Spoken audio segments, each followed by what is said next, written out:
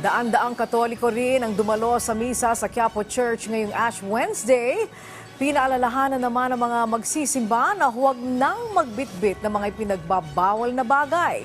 Humingi tayo ng update sa Quiapo Church sa sentro ng balita ni Bernard Ferrer live.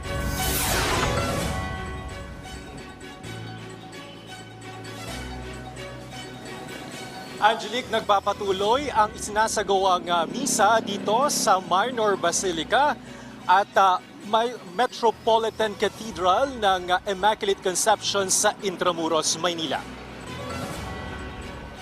Daang-daang Katoliko ang matiyagang pumila para makadalo sa banal na misa. Sa pagpasok ng simbahan ay kinakailangang dumaan ng lahat sa walk-through metal detector. Pinaiwas ang pagdadala ng mga ipinagbabawal na gamit kabilang ang matutulis na bagay. Ang Ash Wednesday ay hudyat ng pagsisimula ng panahon ng Kwaresma o panahon ng pag-aayuno at pagninilay ng mga Katoliko. Ang pagpapalagay ng abo sa noo ng mga Katoliko ay nagsisilbing paalala sa pakikiisa nila sa mga sakit na dinanas ng Panginoong Hesukristo.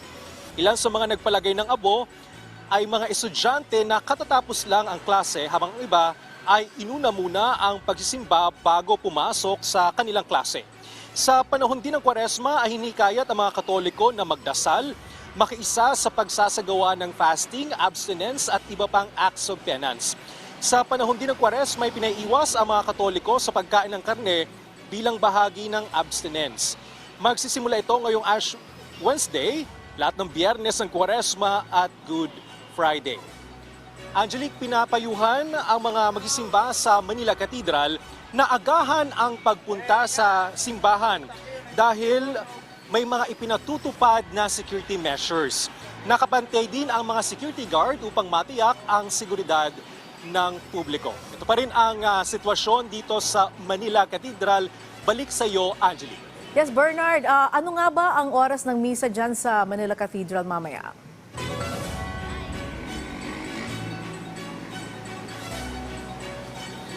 Angelique, oras-oras naman yung misa dito sa Manila Cathedral, kaya yung mga gustong makiisa sa Ash Wednesday ay libreng-libre silang makapunta dito. Especially yung mga estudyante na kanina pa nating nakita na nakikiisa nga at makikiisa pa, lalo na yung mga patapos pa lang yung klase.